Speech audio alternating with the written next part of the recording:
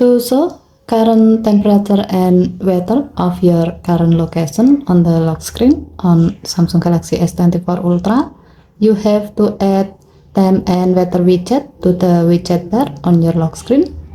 To do so, swipe down the top of the screen and then tap setting icon. Scroll down the screen to find wallpaper and style. Tap wallpaper and style and then tap the lock screen thumbnail. Tap the widget bar.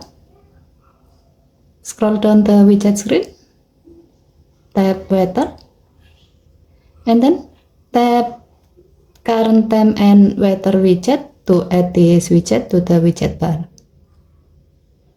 Tap done button to save the change.